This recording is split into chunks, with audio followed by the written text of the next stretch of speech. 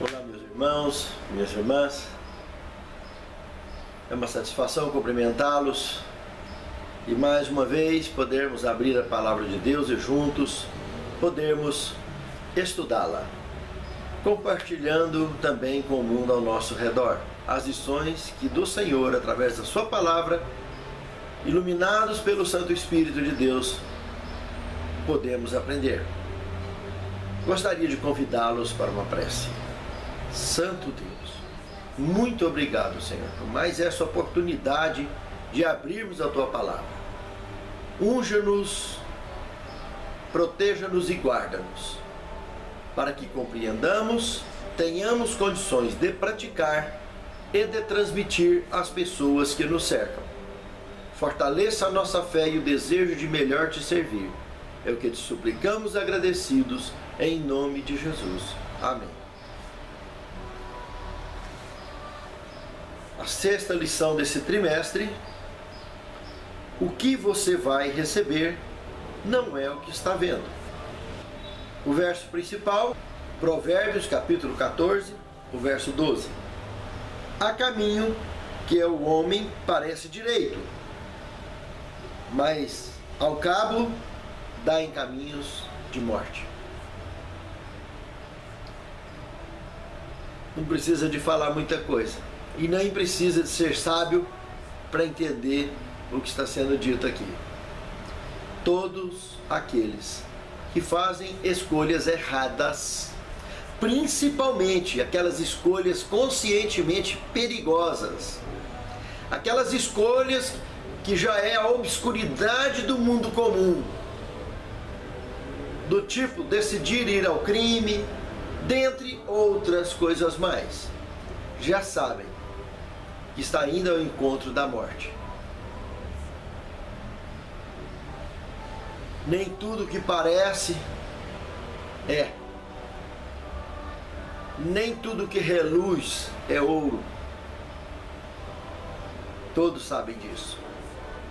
E quantos têm depositado as suas próprias vidas, jovens ainda, mesmo que sejam adultos e mesmo que sejam idosos, por tomar decisões erradas, focando em algo que na realidade o mais comum não é aquilo que ele focou, o mais comum é a morte. Decisões erradas. O que você vai receber não é o que você está vendo. Esta semana, a palavra de Deus, através da lição, está tratando deste tema. O segundo tema desta semana: a certeza do insensato. Olhando Provérbios capítulo 14, nós vemos que o insensato, ele fala com soberba. Nós vemos também, do verso 6 ao verso 9, que o insensato, ele zomba da sabedoria. No verso 15, o insensato, ele é crédulo. Mas como assim?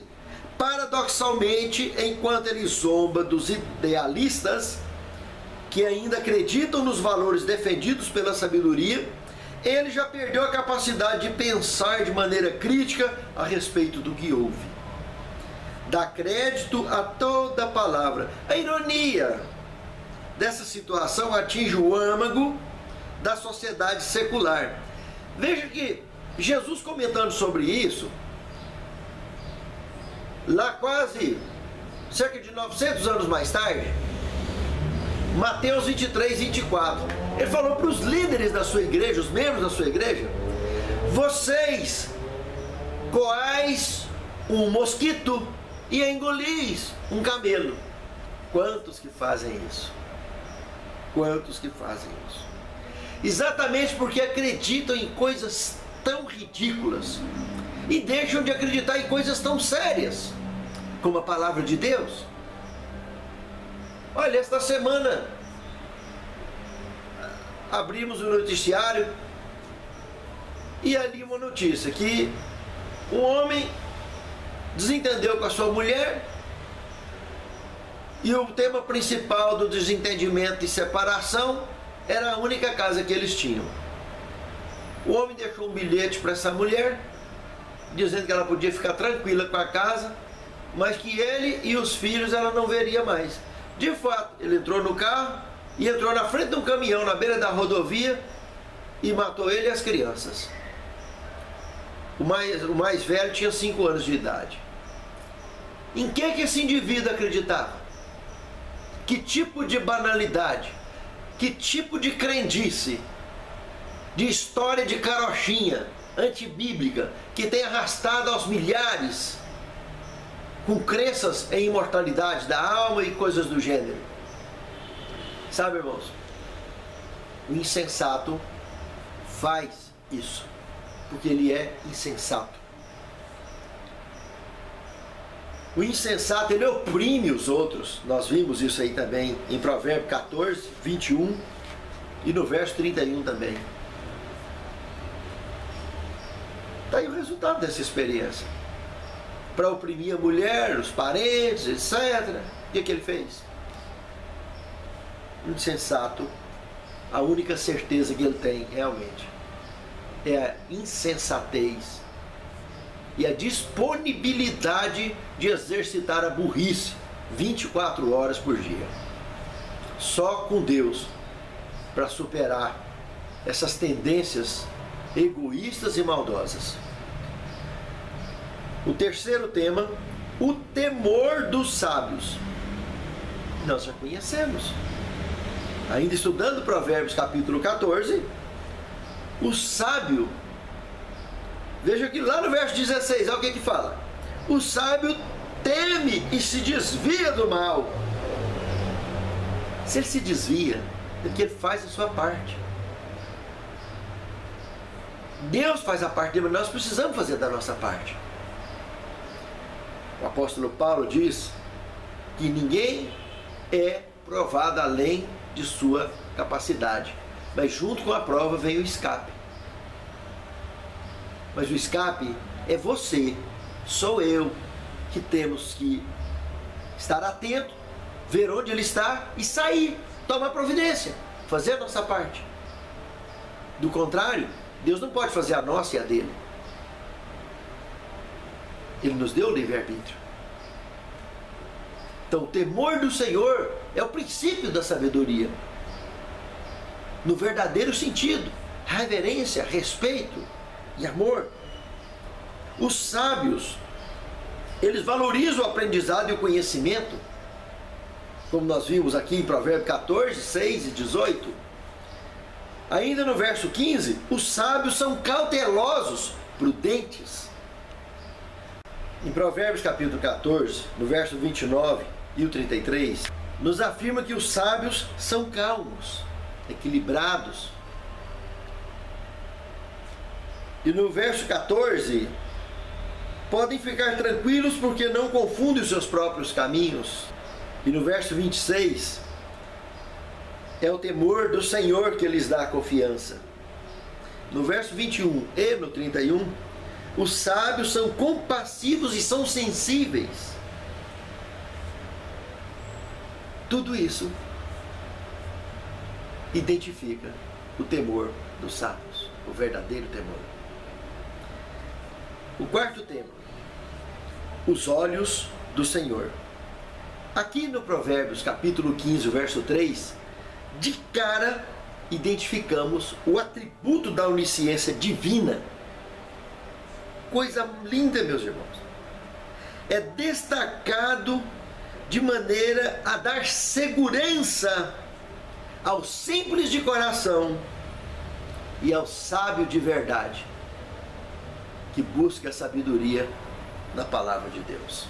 Porque eles estão de olhos nos olhos do Senhor. E os olhos do Senhor estão na nossa vida, na nossa conduta. Os olhos do Senhor estão na nossa dedicação na busca de sua palavra.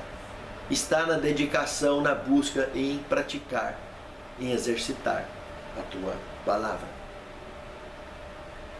No quinto tema, nós vimos a alegria do Senhor.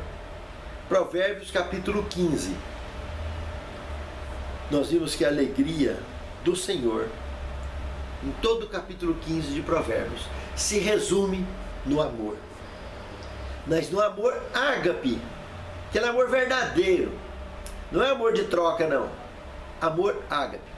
Não é amor eros, não é amor fidelis, mas amor ágape. Não é amor fraternal, não é amor conjugal, mas é amor ágape. É um amor genérico, geral, eterno e que não cobra nada, não faz nada para esperar nada. Faz por espontaneidade, por voluntariedade, por amor. Amor de verdade. Assim ele vive, assim ele perdoa, assim ele compartilha, e assim ele busca, assim ele caminha, assim ele trilha. Veja que no verso 17 do capítulo 15, melhor um prato de hortaliças onde há amor do que onde há boi gordo e um ambiente de ódio. Veja que no verso 17 do capítulo 15, melhor um prato de hortaliças onde há amor do que onde há boi gordo e um ambiente de ódio. Sabe, meus irmãos, é melhor comer um prato só de alface, de rúcula, que aliás é muito saudável, do que ter ali farturas e farturas de alimento, de banquetes, etc. E ódio.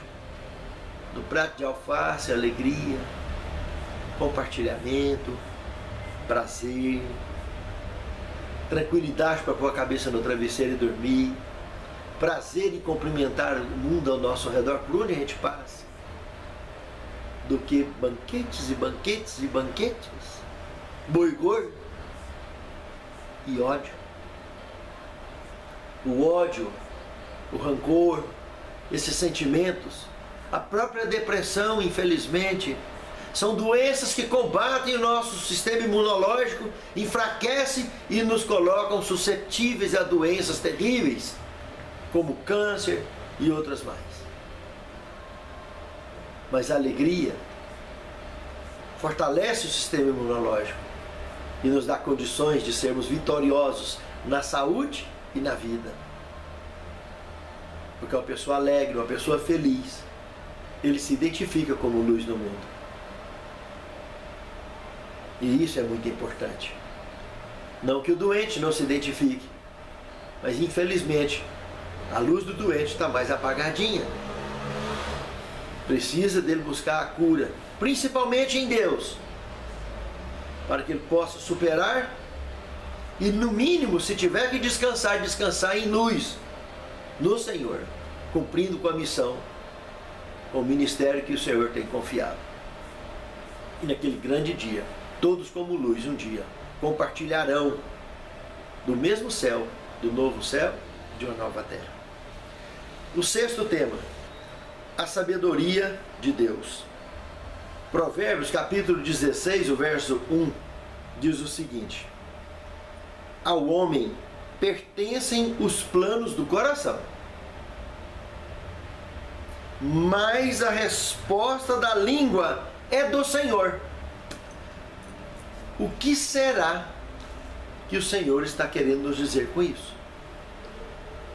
Por acaso, não é que, independente dos nossos planos, dos nossos projetos, quando abrimos a boca para falar, ou para aconselhar, ou para orientar, as palavras que devem sair, devem provir do trono e do poder de Deus. Não é falar o que tem vontade. Porque quem fala o que quer, ouve o que não quer. Preste atenção. As nossas palavras, nós somos instrumentos vivos nas mãos de Deus. Devemos procurar, desta forma, nessa interação, falar aquilo que o Senhor deseja que nós falemos. Sermos instrumentos vivos em suas mãos para transmitir o seu recado ao mundo ao nosso redor. Principalmente no que diz respeito a conselhos e orientações.